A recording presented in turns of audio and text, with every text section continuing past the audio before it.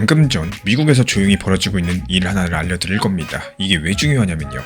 비트코인 가격에 직접적인 영향을 줄 수 있는 구조적인 변화이기 때문인 건데 ETF 얘기가 아닙니다. 이미 지나간 챕터예요. 이 지금 말씀드릴 건 그 다음 단계입니다.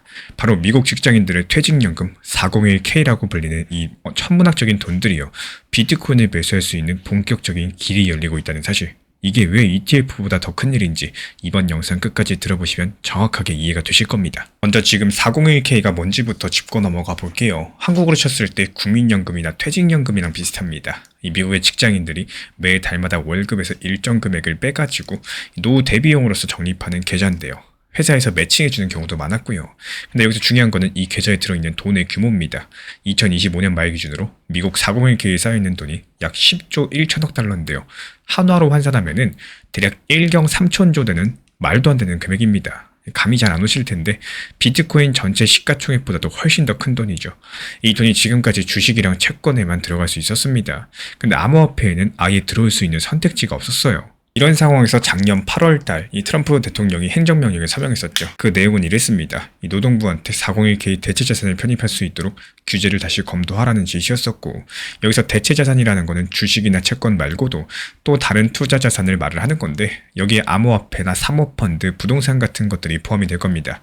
쉽게 말씀드리자면요. 그동안 401k 계좌로서는 주식이랑 채권만 매수가 가능했었는데 이제 비트코인 같은 것들도 살 수 있게 길을 열겠다라는 거고, 그리고 실제로 움직임이 나와줬습니다. 올해 3월 말에요. 미국 노동부가 구체적인 규칙안을 발표를 했고요. 401k 운용사들이 암호화폐를 포함한 대체 자산을 포트폴리오에 넣을 때 어떤 절차를 밟아야 되는지에 대한 가이드라인입니다. 이건 그냥 말만 한 게 아니라 실제 규정 제안서가 나왔다라는 거예요. 지금은 연방관보에 공식 게재되고 나서 60일 동안 의견 수렴 기간을 거치는 단계에 있는데요. 아마 여기까지는 뉴스에서 보신 내용일 수 있습니다. 근데 제가 오늘 진짜 말씀드리고 싶은 거는 이제부터입니다. 이게 ETF 승인이랑 과연 뭐가 다르냐? 여기에 대해서 강조를 드리고 싶어요. 이 솔직한 말로 비트코인 ETF요. 엄청난 이벤트였었고, 그 승인됐을 당시 5천만원, 6천만원 하던 게 비트코인 기준 3배 이상 뛰었었죠. 2024년 승인되고 나서 비트코인 가격이 크게 올랐다는 거고, 이 블룸버그의 아이슈어즈 비트코인 트러스트 하나만 하더라도 지금 850억 달러 이상의 자산들을 운영하고 있는 상황입니다. 근데 ETF는 결국에 누군가가 능동적으로 사야겠다 이렇게 결정을 내려야 돈이 들어가죠. 주식 계좌 열어야 되고요. 종목 검색해야 되고요. 매수 버튼까지 눌러야 됩니다. 근데 401k는 그 구조가 완전히 다르다는 거예요. 이게 핵심인 겁니다. 401k가 자동 적립식이죠. 한번 설정해두면 매달 월급날마다 자동으로 돈이 빠져나가서 정해진 비율대로 투자가 됩니다. 본인이 매번 결정할 필요가 없다라는 거고, 만약에 401k 투자 옵션에 비트코인 관련 상품들이 포함된다. 그럼 과연 어떻게 될까요? 미국 직장인이 한번 비트코인 5% 배분을 설정해두면 그 사람은 아무것도 안 해도 매 달마다 자동으로 비트코인이 매수가 됩니다. 이 능동적인 투자가 정도가 아니라 수동적인 자금 유입이에요. 그리고 이런 사람이 한두 명이 아니라 수천만 명 단위로 생길 수가 있다는 겁니다. 그 규모를 한번 따져볼까요? 10조 달러에 1%만 비트코인에 배분다고 가정해볼게요. 1%만 배분이 되더라도 아주 보수적인 숫자임에도 불구하고 1000억 달러입니다. 한화로 130조 원, 2024년 비트코인 ETF가 승인된 첫 해에 순유입된 금액이 대략 이 규모랑 비슷한데요. 근데 ETF 유입은 한꺼번에 몰렸다가 줄어들 수 있겠죠. 401k는 다릅니다. 매달 반복돼서 매수가 되기 때문에 월급이 나오는 한 계속 들어와요. 이게 구조적으로 전혀 다른 매수 압력을 만들어내게 될 겁니다. 한마디로 매수는 했는데 팔지는 않는, 계속 그리고 매수가 되고 있는 엄청난 수요를 만들어낼 수가 있다는 거겠죠. 그러면 여기서 한 가지 더 생각해 볼 게 있죠. 이 돈 성격 자체가 다릅니다. 401k에 들어간 돈들은 퇴직할 때까지 안 빼는 돈이에요. 중간에 빼면 세금 폭탄에 벌금까지 붙기 때문에 보통 20년, 30년 그냥 묶어두는 자금입니다. 이 말은 무슨 뜻이냐? 비트코인 가격이 출렁여도 매도할 이유가 없는 돈이란 뜻이에요. 단기 트레이딩 자금이 아니라 이 장기 보유 자금 목적으로 들어오는 돈이라는 겁니다. 매수는 매달 자동으로 될 거고요. 매도는 수십 년 뒤에나 일어나는 구조. 이게 비트코인 유통 공급량에 과연 어떤 영향을 줄지 한번 생각해 보시면 깜짝 놀라실 겁니다. 자, 그러면 이게 정말로 실현될 가능성은 과연 얼마나 될까요? 여기서 팩트만 짚어드리자면은 먼저 행정명령은 이미 나왔습니다. 그리고 노동부 규칙안도 발표가 됐습니다. 공화당 하원 트로이 다우닝 측에서는 이 행정명령을 아예 법률로 만들겠다, 이런 법안까지도 발의를 했고, 업계에서도 움직임이 빨라요. 이 피델리티는 이미 401k 계좌에서 비트코인의 최대 20%까지 배분할 수 있는 디지털 자산 계좌를 운영하고 있고요. 또 포러스올이라는 업체는 코인베이스를 통해서 소규모 기업 이 401k에서 최대 5%까지 암호화폐 투자를 허용하고 있습니다.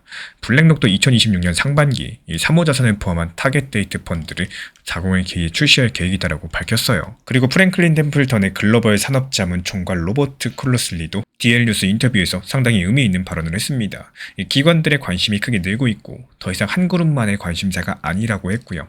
그리고 초기에는 비트코인 같은 시가총액과 유동성이 큰 자산들 그리고 규제되는 투자 상품을 통해서 접근이 이루어질 가능성이 크다라는 설명을 남겼습니다. 쉽게 말씀을 드리자면은 처음부터 비트코인을 직접 사는 게 아니라 비트코인 ETF나 관련 펀드를 통해서 간접적으로 들어올 거란 얘기예요.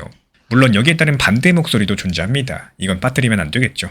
엘리자베스 워런 상원의원 측에서는 이 규칙안을 아주 강력하게 비판을 했습니다.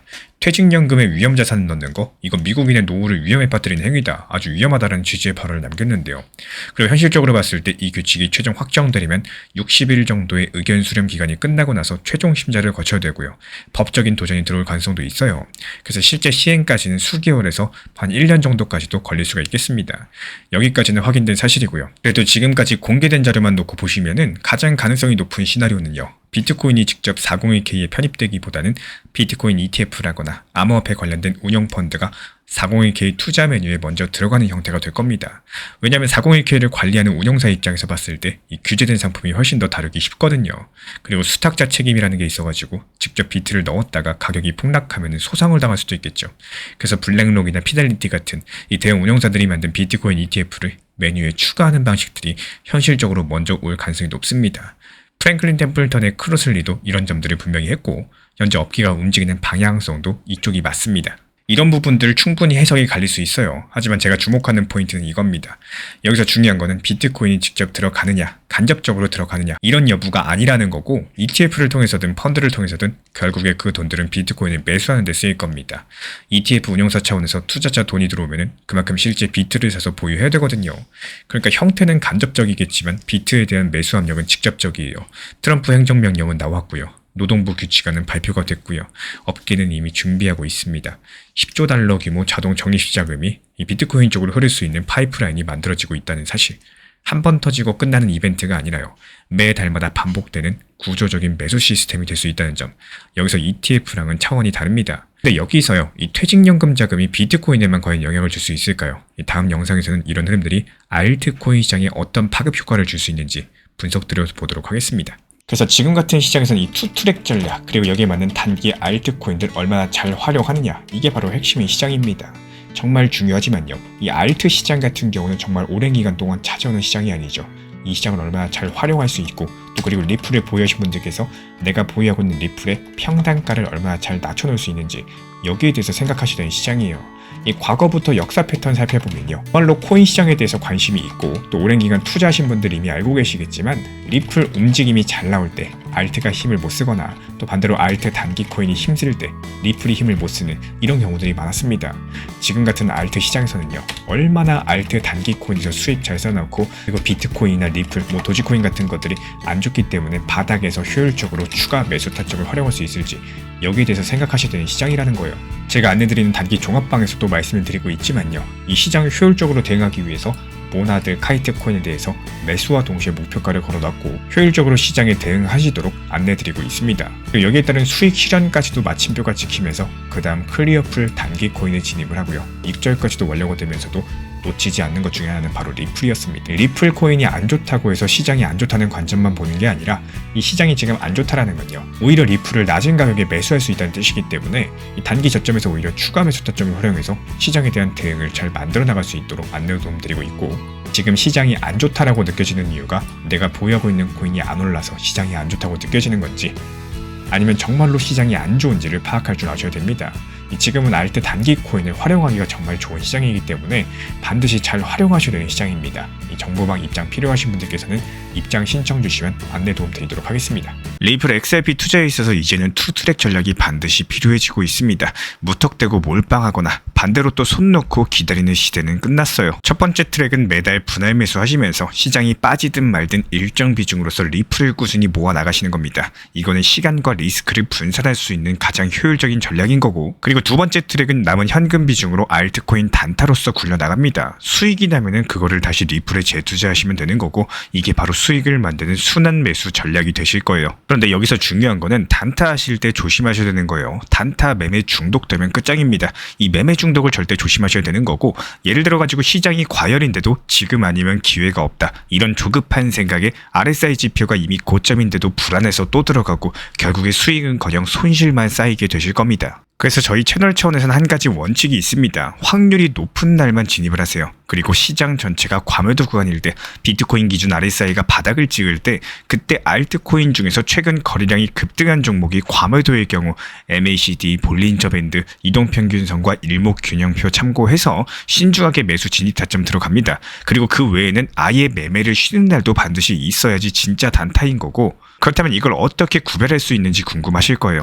여기서 챗 GPT가 등장을 합니다. 저희는 챗 GPT를 단순한 도구로 쓰지 않습니다. GPT한테 오늘 확률 높은 진입 타이밍이냐, 이렇게 물어볼 수 있게 맞춤 프롬프트를 사용을 하는데요. 그리고 그 결과에 저의 실전 매매 노하우 30%를 덧붙여가지고 GPT 시그널을 보완합니다. 어떻게 하는지 궁금하신 분들, GPT 검색력과 활용 전략을 이용해가지고 이 두 가지를 한 방에 알려드리고 있습니다.